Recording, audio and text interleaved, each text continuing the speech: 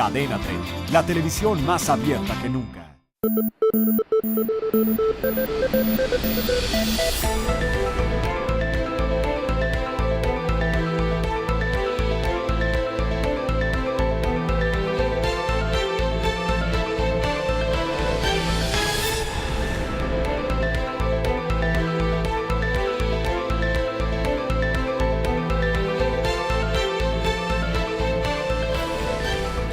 Muy buenas noches, soy Pascal Beltrán del Río, le doy la bienvenida a Círculo de Ideas de Cadena 3. En esta ocasión me acompañan Francisco Sea. ¿Qué, Pascal? ¿Cómo estás? Buenas noches a todos. Martín Espinosa. Pascal, a todos, muy buenas noches. Humberto Musacchio. Buenas noches.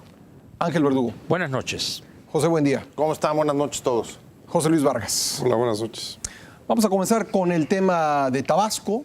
Allá el escándalo por el faltante de 1.900 millones de pesos del erario, así como la deuda estatal de 23,000 millones de pesos dejados por el exgobernador Andrés Granier sigue creciendo. Se encontró una cantidad de dinero de 88.5 millones de pesos en efectivo en el municipio de Nacajuca, y el ex tesorero del gobierno del estado pues dice que él no sabe nada del caso, que es un montaje. Ángel Verdugo, ¿cómo lo ves?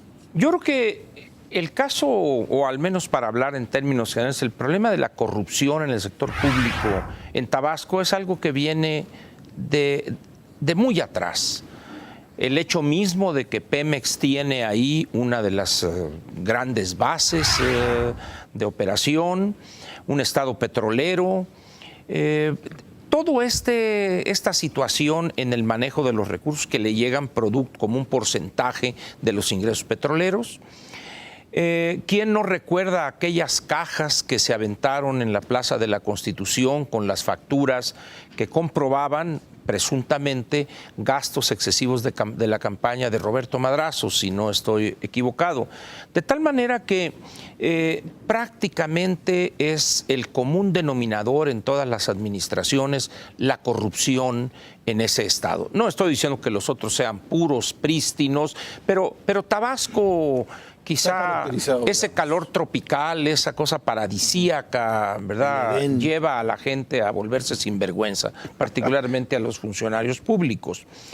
En este caso, el químico Granier llegó con una aureola de un hombre honrado, un hombre modesto, entregado a buenas causas en Tabasco. Era un hombre que prestaba servicio social de una manera desinteresada. Yo no sé si esto sea prueba de que el desinterés no era tanto, pero llegó con un buen augurio al estado de Tabasco como gobernador, particularmente comparándolo con los dos gobiernos anteriores, el de Manuel Andrade y el del mismo Roberto Madrazo. Sin embargo, parece que la realidad ha sido muy distinta.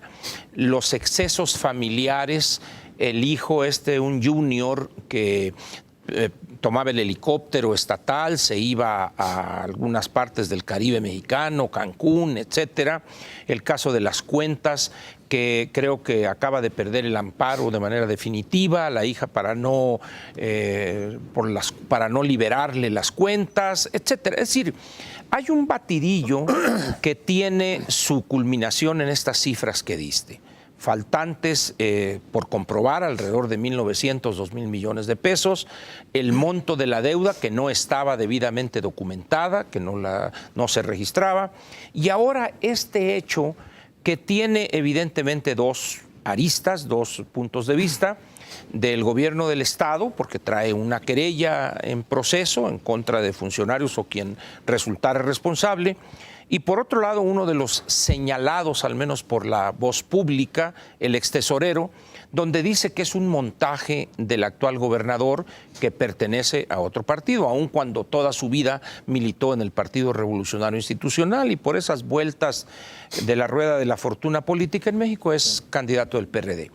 En estas condiciones creo yo que si efectivamente fue un montaje, pues qué nivel de corrupción de los que lo montaron. Es decir, prácticamente se equiparan en el uso del poder político para incriminar. Disponen de 88 millones en efectivo. En ¿no? efectivo, dicen. Ahora, ¿dónde están aquí las autoridades bancarias, en este caso la Comisión Nacional Bancaria y de Valores, para no detectar?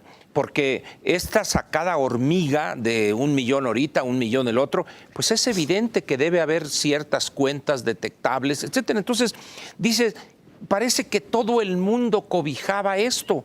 Ahora, tener 88 millones de pesos en 5 cartones ahí, pues implica una logística donde participaron muchas personas. Gracias, Ángel. ¿Cómo lo ves, Paco, tú este asunto? Pues bueno, a mí no me parece que sea difícil en este país traer tanta cantidad de efectivo, porque si empezamos a recordar desde Shen Li Yegong, que tenía 100 y cacho de 200 millones de pesos en su casa.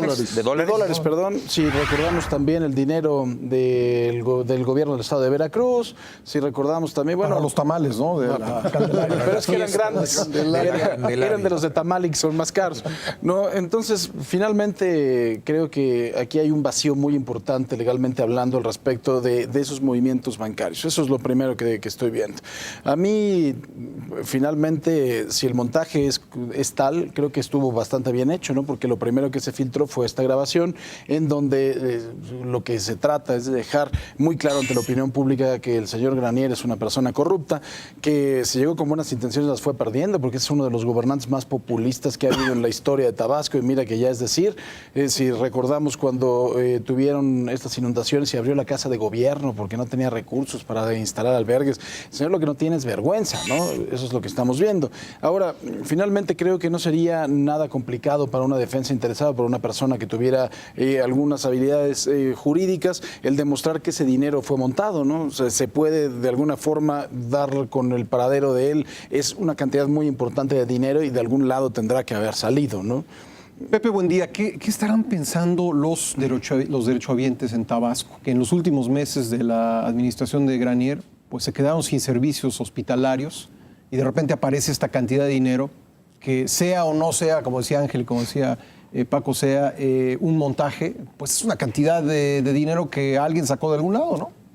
No, sin duda. Yo creo que ahí tiene que existir una enorme indignación de conocer primero las denuncias que hizo el gobernador entrante respecto al saqueo. Esas fueron las palabras que utilizó respecto de la administración de Granier.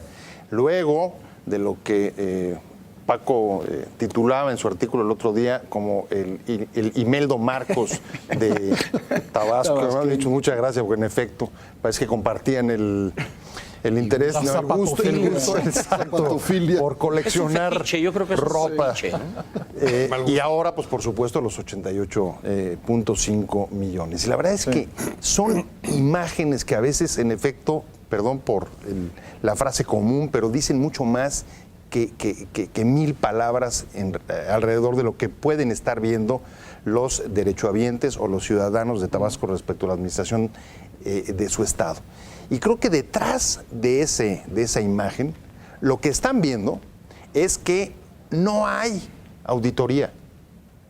Ni la Auditoría Superior de la Federación, por si ese dinero tiene que ver con ingresos federales, ni la auditoría local existen, ni tampoco existe el Congreso local, que tiene entre sus facultades el de supervisar el correcto ejercicio de los recursos públicos del gobierno estatal, ni tampoco existe el Poder Judicial local, porque no es la primera vez, eso también es mentira, que haya habido denuncias respecto de Granier, desde que él viene de haber sido presidente municipal de Centro, y desde ahí hubo algunas denuncias sobre la venta y adjudicaciones a través de tráfico de influencias de algunos terrenos, que luego él construyó, entiendo, cuando llegó a la gubernatura. Pero lo que me parece destacable del asunto es que estamos viendo en esta imagen justo la desaparición de casi todo el entramado institucional que a los ciudadanos les puede dar cierta seguridad de que sus derechos pueden ser cuidados, respetados, en este caso los derechohabientes, y por supuesto la desaparición de cualquier posibilidad de rendición de cuentas, y no es el único estado, Tenemos 2 casos de estados gobernados por el PRI, eso tampoco hay que perderlo de vista, Granier priista, el otro fue Moreira en el norte, en el que el exceso de la falta de contrapesos a un gobernador, que es lo que está detrás de este problema, llegó no solo al escándalo, sino a la bancarrota estatal, ¿no? José Luis, hay otro ángulo de esta historia. El extesorero estatal dice que es un montaje. Es la reacción típica que estamos viendo ante prácticamente cualquier acusación. Una acusación que llega, por supuesto, a los medios de comunicación. No hay responsables, no hay culpables, todo es un montaje, ya sea el caso de Tabasco o el caso de los maestros a quienes se acusa de secuestro en Oaxaca. Bueno, mira, Pascal, yo creo que precisamente esta duda que existe, hay que aclarar que se trata de un presunto delito, es decir, todavía no sabemos, siempre, ¿no? Y todavía no sabemos quiénes son los responsables y Ni de dónde viene el dinero, porque vinculan el origen, ¿no? Sí. Si vinculan directamente al exgobernador, si es el tesorero, si todavía no sabemos. Y creo que eso es una cuestión que yo creo que hay que tomarla con sumo cuidado porque los medios ya pusieron culpables y creo que el juicio mediático ya terminó. En este país es el que importa, el judicial no tanto. Entonces yo es lo primero que diría. Segunda, creo que evidentemente en estas cuestiones siempre hay dos versiones, es decir, quien lo están acusando y dice, oiga, pues sí, pero ¿cómo entraron a mi propiedad? ¿Cómo se enteraron? Yo lo que alcanzo a ver aquí es que esta información, esta operación en la cual descubren los 88 millones en un rancho, se hace a través de una operación de inteligencia. Que el problema y el gran problema que tenemos en todas estas operaciones es que si no están bien vinculadas a una investigación ministerial, pues de nada te sirve toda esa evidencia que lograste porque se te cae en un proceso. Creo que es un primer dato. Ahora, aquí coincidiendo con Pepe, yo lo que diría, ¿qué es lo que veo que está ausente aquí? Pues evidentemente el entramado institucional en dos aspectos. Uno, el de la Auditoría Superior de la Federación, que lo que vemos es que es una auditoría que se tarda mucho en reaccionar y que no vemos sanciones y no vemos investigaciones contundentes contra este tipo de casos que ya se mencionaron. Y la segunda también lo diría las autoridades hacendarias. Es decir, ¿cómo podemos pensar que en un país, y yo aquí me referiría a un federalismo mal entendido que tenemos en México, ¿cómo podemos pensar que las autoridades hacendarias no les hace un foco amarillo, ¿no? Decir, oigan, están endeudando en 20,000, según recuerdo, millones de pesos a un estado y no se enteran hasta que salió, meses después de que salió el gobernador de turno? Es decir, creo que así como las autoridades hacendarias tienen tan detectado a la persona física en su manejo de ingresos, creo que también tendrían que tener la misma, y sobre todo por la cuantía, las mismas medidas y mucho mayor contundencia a los estados de la República. ¿Tú cómo lo ves, Martín? Yo tomaba, ahorita que hablaba José Luis, de cómo la sociedad y los medios ya juzgaron o juzgamos este asunto de Tabasco. Es que el entramado judicial del país no funciona en estos casos. Sí, eso iba a decir, perdón, porque no se trata por supuesto, de cuestionar la presunción de inocencia, pero a la opinión pública no le queda absolutamente claro el proceso, ¿no? Porque las instituciones que imparten y procuran justicia están totalmente rebasadas o son cómplices muchas veces de todos estos casos de corrupción gubernamental o política donde todo mundo anda con pies de plomo. Y esto me da pie a pensar con desconfianza hasta dónde va a llegar realmente la investigación en Tabasco, porque yo dudo que no nada más esté involucrada la administración pasada de Granier.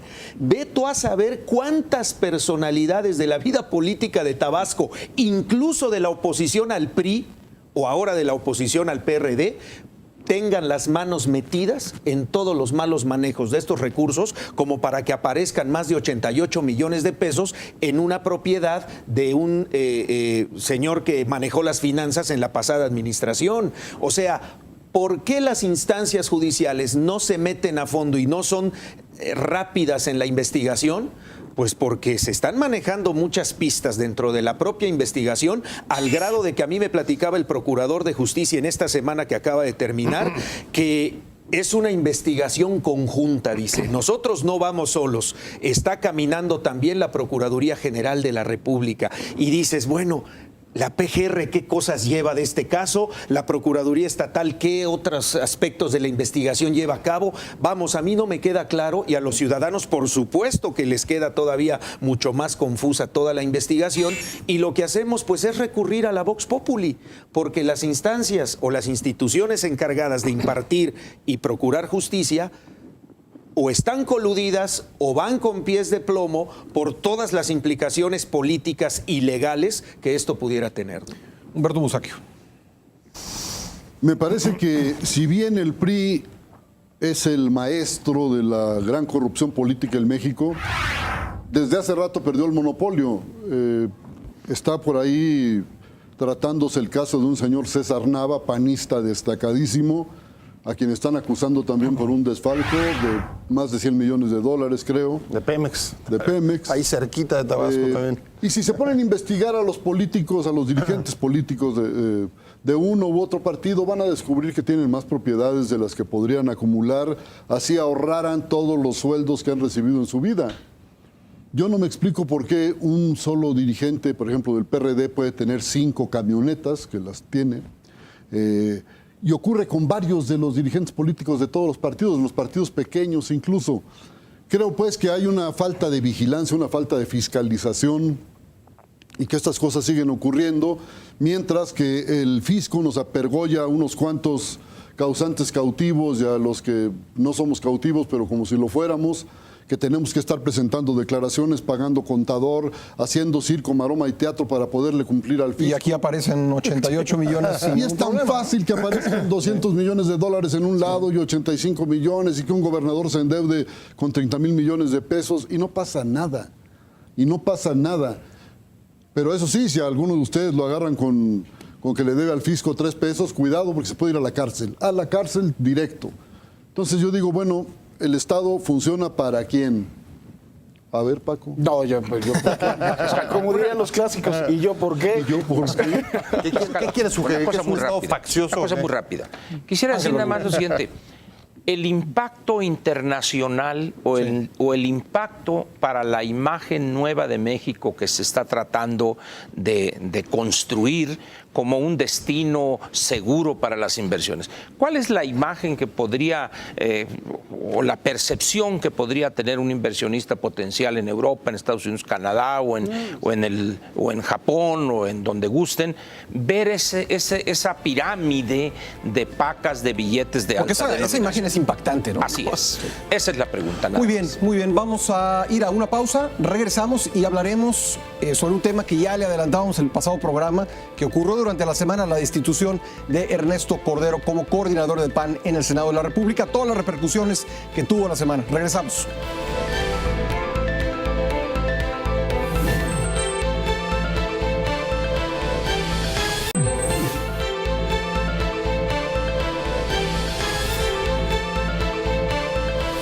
Regresamos a Círculo de Ideas. La semana pasada, durante el programa, nos enteramos de la destitución de Ernesto Cordero como el coordinador de la bancada del PAN en el Senado de la República. Esto tuvo muchísimas repercusiones en el curso de la semana. Pepe, buen día. ¿Cómo viste lo que sucedió?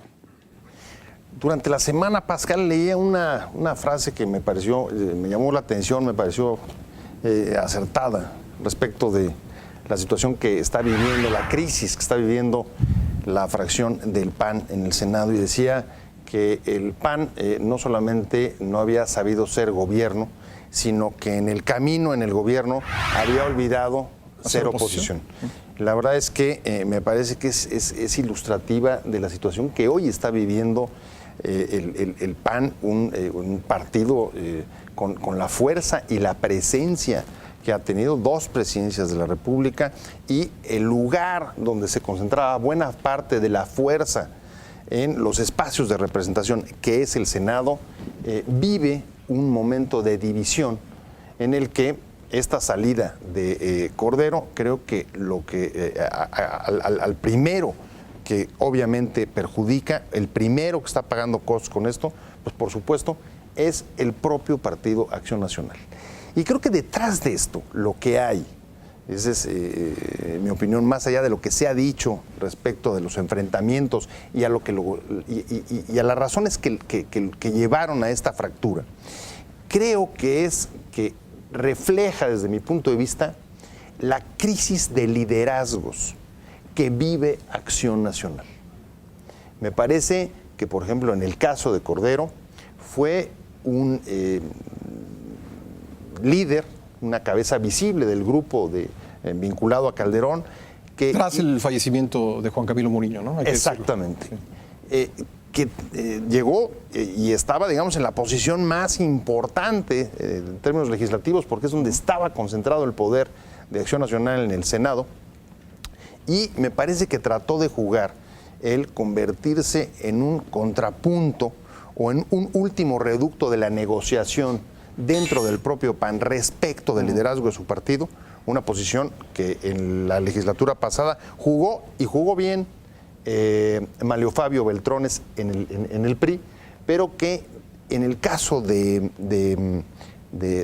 Cordero creo que demostró que no tiene el peso personal suficiente como para poder haber jugado un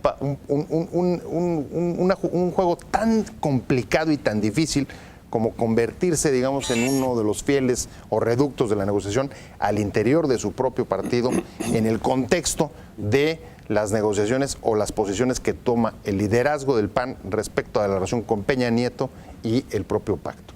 Y en el caso de Gustavo Madero, me parece que también lo que refleja es un liderazgo débil y un líder débil, porque creo que él podía haber aprovechado la oposición del propio Cordero, la propia oposición interna que Cordero le ofrecía para ampliar su margen de negociación respecto de sus socios del gobierno federal y del PRD dentro del pacto, y a la vez el nombramiento que hace de Preciado, una persona pues, que no tiene mayor ascendente. No muy apreciada.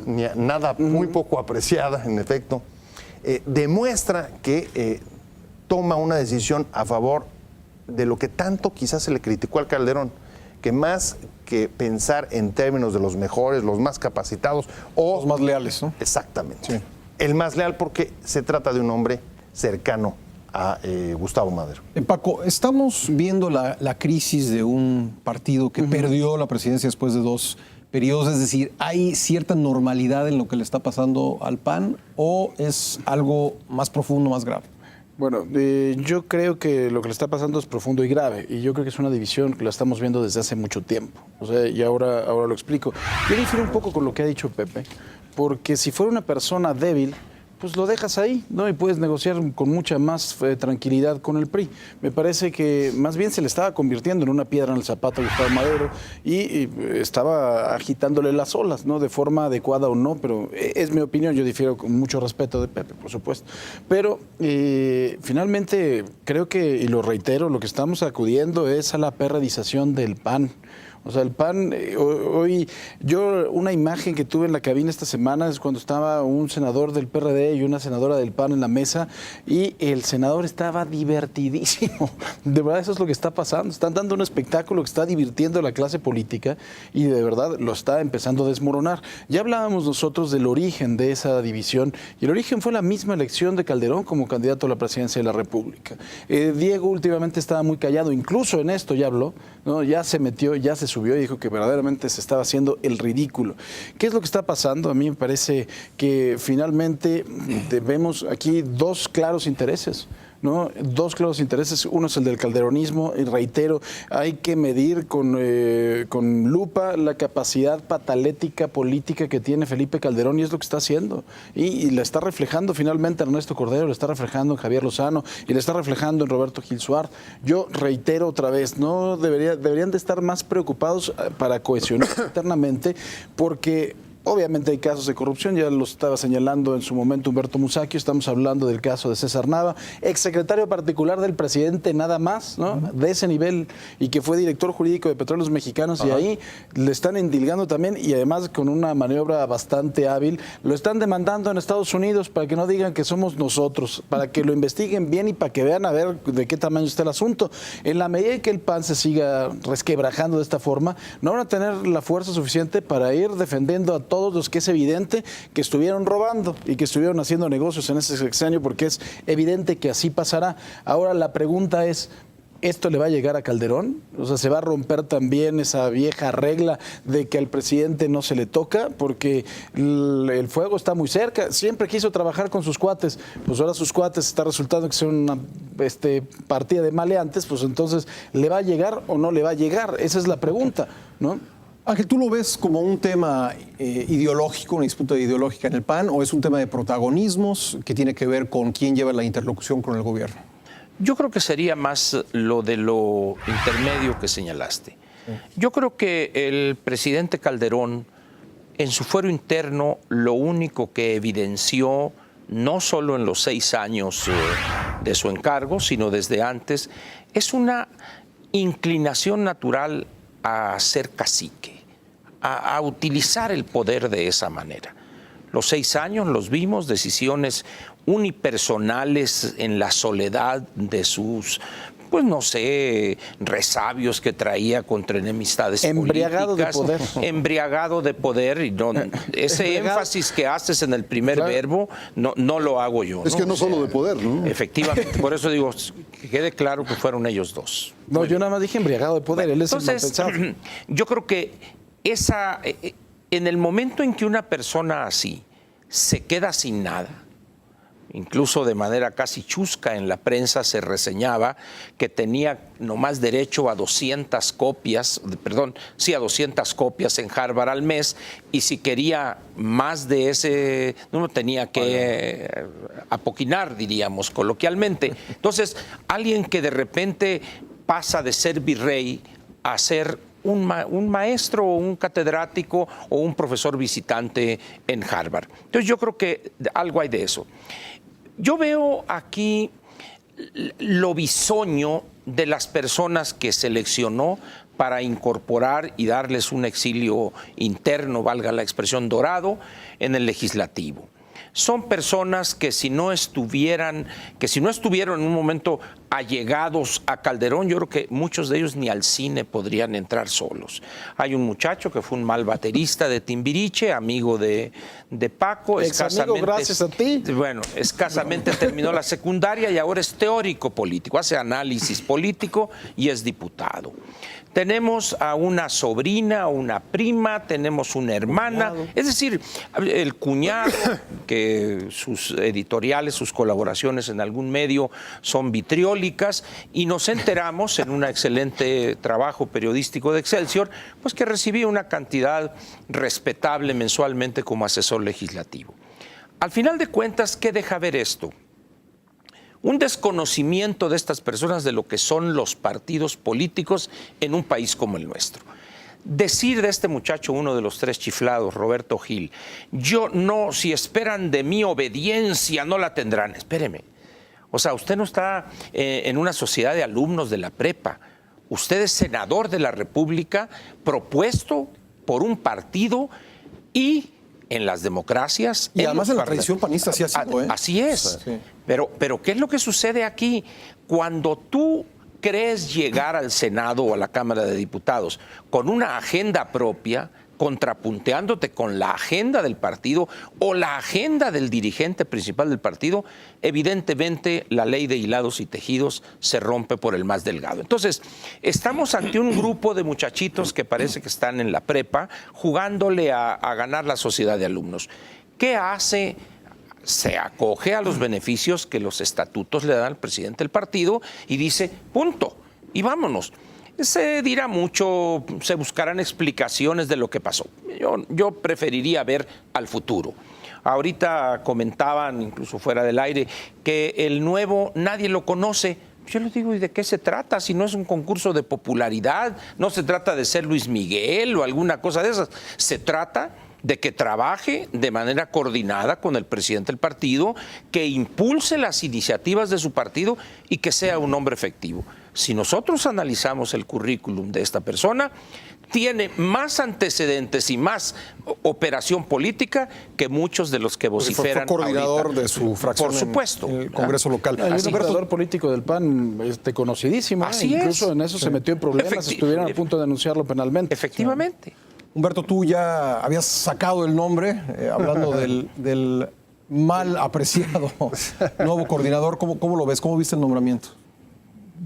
Yo, por las reacciones de otros senadores, bueno, creo que no era la figura más adecuada, pero creo que los gallones que sí podían haber impuesto que tenían autoridad política dentro de la fracción senatorial del PAN, no quisieron entrarle al toro. ¿para qué? También porque el asunto está bastante delicado.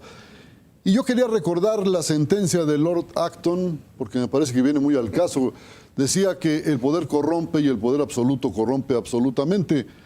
En el caso del PAN, creo que sería exagerado hablar de poder absoluto, pero el hecho es que el poder, 12 años en la presidencia de la República, sí alcanzaron a corromper a un partido que había defendido invariablemente durante muchas décadas la honestidad, que había denunciado a los corruptos del PRI y que ahora participa alegremente de todo esto. Antes del programa, platicábamos Ángel y yo y decíamos que finalmente se van a poner de acuerdo porque lo que está en juego, pues es dinero, son todas las prestaciones que tiene la fracción parlamentaria, cómo se reparte el dinero que tiene la fracción y el gusto que tienen por las cosas buenas. Hay que comer en buenos restaurantes. Ya vimos que hay mucho dinero en el Senado, ¿no? Hay mucho dinero en el Senado, en las cámaras, en la Asamblea Legislativa. Los perredistas están dando una muestra también de amor por la familia y el nepotismo está a la orden del día. Todo el mundo tiene asesores que son la mujer, el primo, el hermano, el hijo, el papá, contratos, en fin. Este es el asunto. Pues las cámaras parece que están sirviendo para el enriquecimiento de unos y de otros. Ese es el problema y nuestro poder, de la división de poderes. ¿Quién denuncia a los senadores y diputados corruptos? Claro. Ahorita hay un problema fuerte en el poder legislativo, en el poder judicial. Un expresidente de la Corte ha sido denunciado. En fin, creo que las cosas no están como para celebrarlas en México. Sí. José Luis, ¿es el final del conflicto en el PAN, con la destitución de Cordero, el nombramiento de Jorge Luis Preciado como nuevo coordinador, o apenas empieza una división más profunda? Yo creo que por supuesto que no es el final, porque, a ver, aquí ya se habló. Lo que más me gustaría hoy es poder decir a mis compañeros y para que se genere un debate, pero creo que son indefendibles todos estos personajes de los que hemos hablado. Pero podemos hablar de fútbol. Pero claro, y que viva la máquina. Pero lo que sí creo que es importante es, ahorita se hablaba pues que evidentemente un responsable de toda esta crisis es el expresidente Felipe Calderón. ¿Por qué? Porque generó una división desde antes que saliera del poder. Desde la designación de Josefina Vázquez Mota como candidata a la presidencia, etcétera, generó una división la cual él se ha encargado de atizar permanentemente, ¿no? Viene a México, invita a su grupúsculo y a los otros los deja fuera. Es decir, no ha tenido, desde mi punto de vista, la altura que le corresponde a un exmiembro, expresidente del Partido Acción Nacional, que es buscar la unidad. Entonces, ese problema está. Pero se genera un factor bien importante y bien curioso que no se ha hablado aquí, que es lo que genera la virulencia de esta guerra entre partes. No es otra cosa sino una cosa que se llama el Pacto por México. ¿Y por qué? Porque el pacto implícitamente lo que trae es la intención de quien lo ideó de, digamos, desprestigiar, entre otras cosas, la gestión de Felipe Calderón. Y los calderonistas no soportan eso. Y entonces, evidentemente, eso es lo que genera una pugna que mientras el pacto... Desprestigiarla porque no logró las reformas que se propone lograr el pacto. Y mientras el pacto subsista y mientras Madero esté encabezando el partido, pues evidentemente eso va a ser una lucha de troyanos. Ahora, solo un punto. Me parece que no se resuelve, y esa es mi diferencia con lo que decía ahorita Ángel, en democracia parlamentaria es necesario, evidentemente, la disciplina del partido. Y si nombran a fulano como el presidente, aunque nadie lo conozca como el coordinador, pues es válido. Pero también es cierto que en política importa mucho la ascendencia del liderazgo. Y si este nuevo líder no tiene ese liderazgo, pues creo que estará en un gran problema el Partido Acción Nacional en la capacidad de generar negociación. ¿Por qué? Porque operará en desventaja frente a los otros partidos. No hemos escuchado a Martín Espinosa todavía. Después del corte le voy a preguntar cuál es el futuro del pacto con lo que ha pasado en el PAN y también qué pasará con Gustavo Madero de acuerdo con los resultados de las elecciones del próximo 7 de julio en 14 estados. Volvemos después del corte.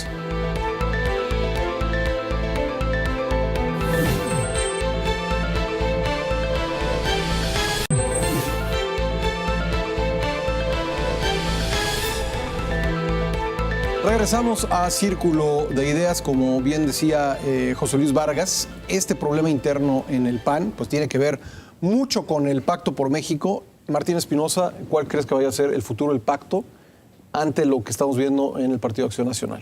Yo creo que la dirigencia de Madero, y por las versiones que tenemos, es que va a estar trabajando en función de establecer una negociación o una alianza con el grupo de Felipe Calderón.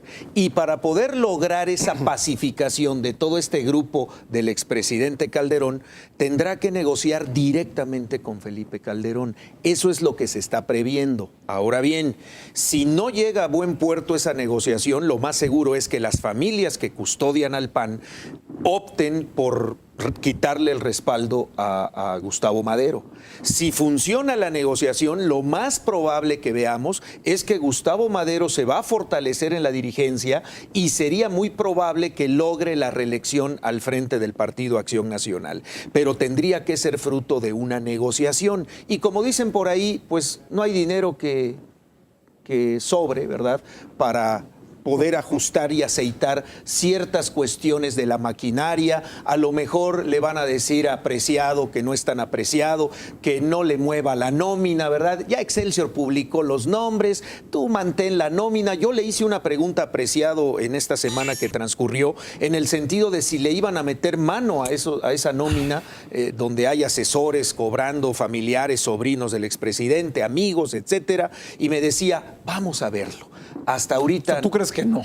Yo creo que no van a mover los privilegios porque ahí? va a ser un instrumento de negociación política. Claro. O sea, hasta los mismos panistas han demostrado que saben negociar con este tipo de prebendas, con este tipo de recursos, que como decía hace un rato Humberto Musacchio, pues siguen estando fuera de la fiscalización a las que nos someten a millones de mexicanos. Oye, ¿y las presidencias de las comisiones? Que tienen algunos también se van a convertir, de hecho se están convirtiendo o se han convertido ya en un instrumento de presión a estos grupos calderonistas para que o le bajan o simple y sencillamente dejamos en manos de otros panistas las comisiones que ustedes encabezan. Y las comisiones son recursos, las comisiones son prebendas. Poder incluso. Es poder internamente en la fracción. Déjenme decirles una cosa, no sé si recordarán que lo mismo le pasó a Santiago Krill, es decir, lo mismo que le está pasando a Ernesto Corredo le pasó a Santiago Krill, por una instrucción de Felipe Calderón. Con la diferencia de que fue destituido sin aviso, ¿no? Claro, pero hay que recordar que en esa ocasión cambiaron absolutamente todo. O sea, cambiaron los coordinadores de las comisiones, los presidentes de las comisiones, a todos aquellos que tenían algún tipo de ingreso como externos, se los cortaron por instrucciones presidenciales. Entonces eso hay que tenerlo en cuenta. ¿Por qué? Porque pues, ellos ya saben de lo que se trata. Y finalmente al PRI le va a convenir, a mi modo de ver cómo está todo este entramado político en el PAN, que Gustavo Madero se preserve en la dirigencia nacional del PAN. Ahora, también te quería preguntar, ¿se puede quedar tranquilo la dirigencia nacional si le va mal el 7 de julio? Especialmente en Baja California y en Puebla. Es que también eso va a definir mucho el rumbo que tomen las cosas. Ahorita es muy difícil decir va a pasar esto, va a pasar lo otro, pero si le va mal a la dirigencia panista con respecto del resultado electoral en los estados donde habrá elecciones, este es un ingrediente que viene a complicar la de por sí ya situación interna del partido. ¿Tú cómo lo ves, Pepe? El PAN en su conflicto ante las elecciones del 7 de julio.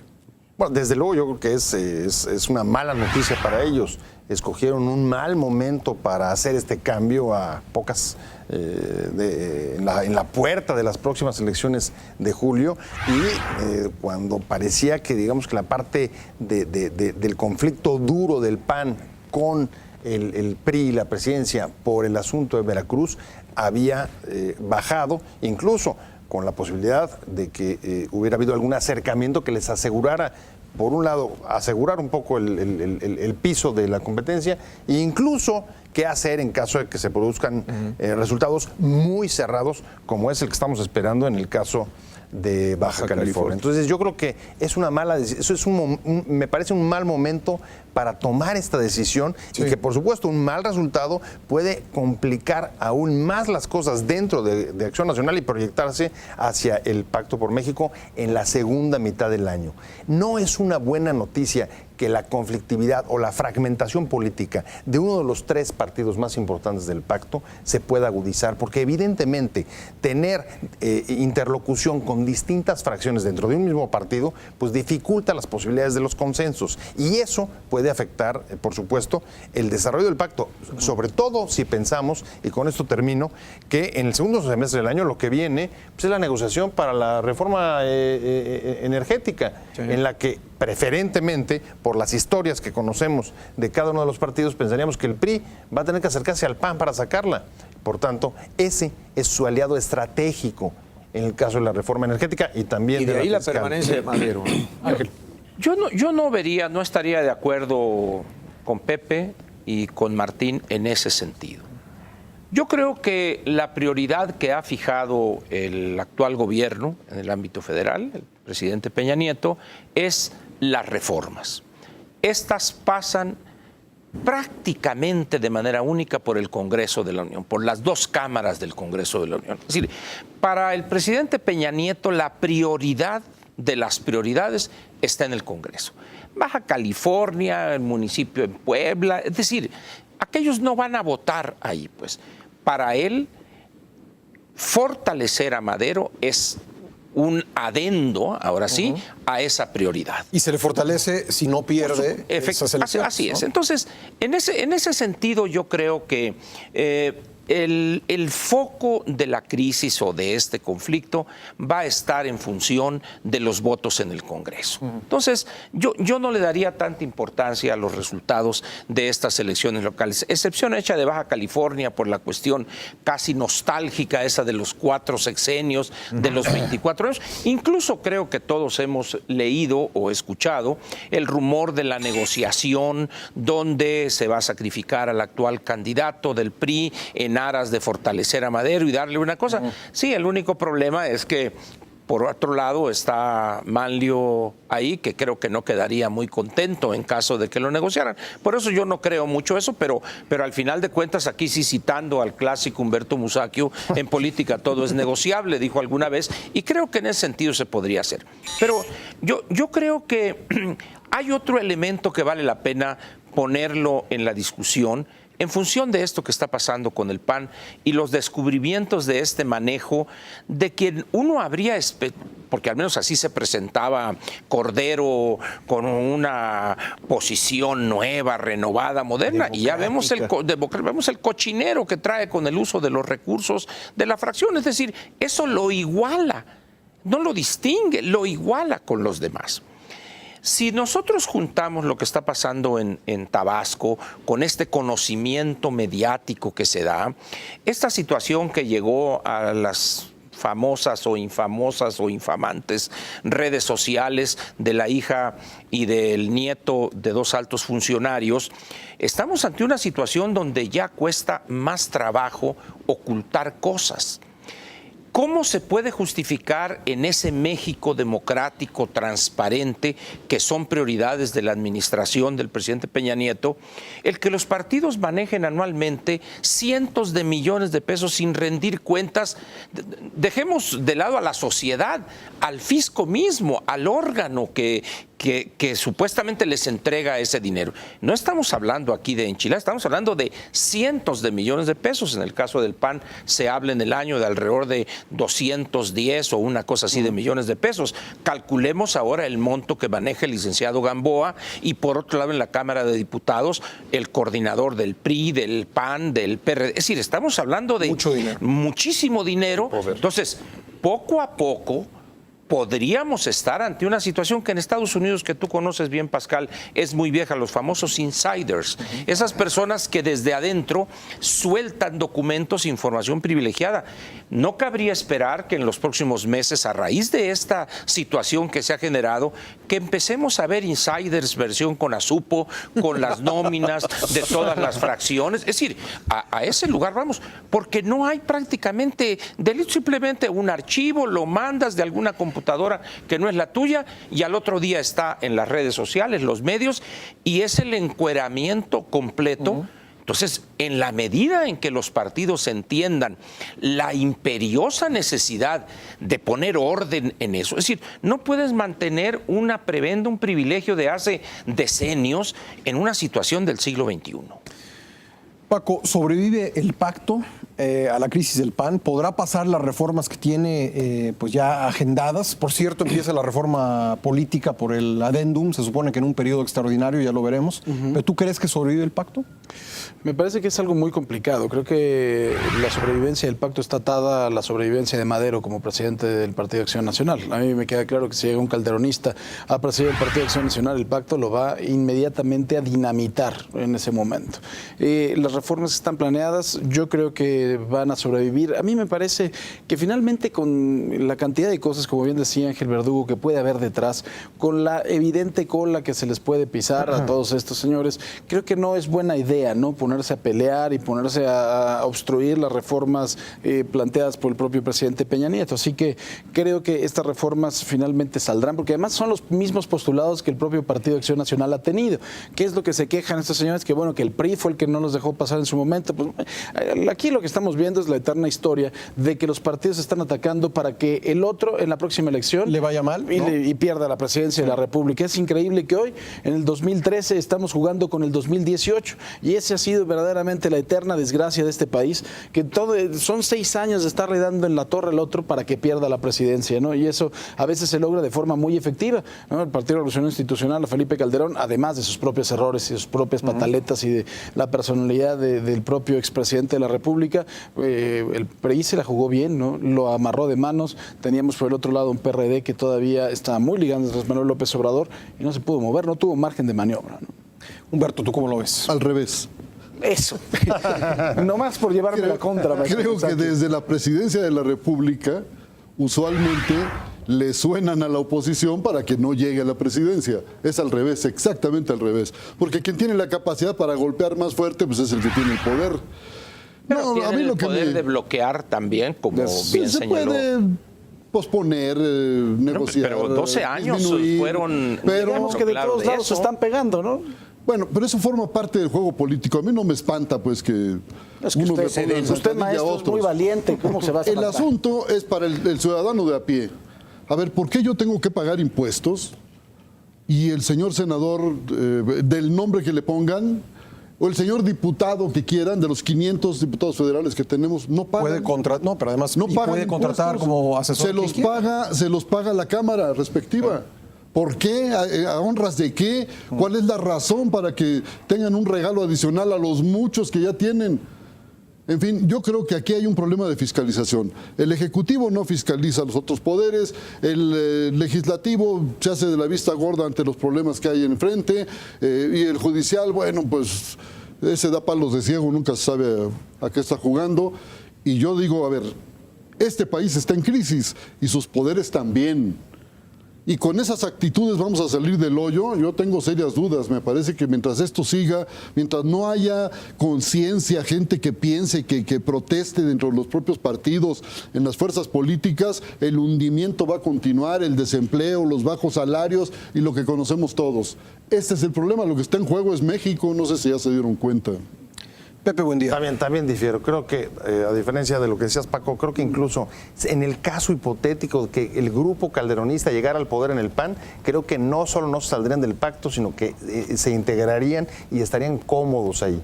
Ahí estuvo la época, el periodo de transición en el que quien estaba cerca de Peña, antes de que llegara a la presidencia, fueron justamente todos los grupos calderonistas, comenzando por el propio expresidente. Me parece que el pacto, si se formó, esa ha sido un poco la idea que yo he traído a esta mesa, no solamente en la coyuntura, sino por la violencia. Es una respuesta de la clase política a la violencia. Y hoy, como decía Humberto, frente al riesgo que implica la crisis económica que se nos empieza a abrir, el deterioro del crecimiento, etcétera, eso no es entonces no será cualquier razón la que lo tumbe. Yo creo que el pacto va a permanecer. Creo que más bien lo que puede comenzar a suceder es que se vaya debilitando si a pesar de estas razones tan poderosas que lo formaron, deja de haber los acuerdos suficientes que ha habido en el primer trimestre de este año con reformas como la educativa o la de telecomunicaciones y acaba diluyéndose, que ese sí es un riesgo, en una mesa de diálogo o negociación, como el propio Peña Nieto sugirió, no porque vaya a pasar, pero dijo que tiene caducidad. Exacto, podría acabar no en el gran coalición de poder que anunciaban las expectativas, sino una mesa de negociación que por el otro lado tendría que haber siempre, ¿no? Tú conoces un partidos no dialoguen. A mí me parece que Pepe ha sido pactofílico durante todos estos días. Yo creo que los pactos, un pacto que pueda cambiar a México necesita de otras circunstancias, verdaderamente, y de otros pesos y de otro nivel. O sea, pactos, como lo dijo Ángel Verdugo en otra semana, pactos, el de la Moncloa. José Luis, para Yo cerrar. creo que lo que dice Paco es cierto. Es decir, el mejor ejemplo de esto es la tomada de pelo, que es el adendum al pacto. Es decir, el adendum al pacto es decirles a los partidos de oposición que que siguen bailando al son del partido que lo generó el pacto. Y me parece que lo que no se están dando cuenta los partidos, y particularmente el PAN, es que lo que se juegan es mucho. Es decir, yo estuve la semana pasada en Baja California. Baja California está dominado por la operación del PRI, del candidato del PRI. Es decir, tienen totalmente aislado y tienen totalmente descuidado a su candidato más importante para el 7 de julio. Y eso me parece que es un perder. Están preocupados por lo que pasa en el Senado. Muy bien, llegamos así al final del programa. Muchas gracias por haber seguido esta discusión. Gracias a nuestros panelistas. Los esperamos la próxima semana aquí a las 21 horas por Cadena 3. Soy Pascal Beltrán del Río. Que tenga una excelente semana.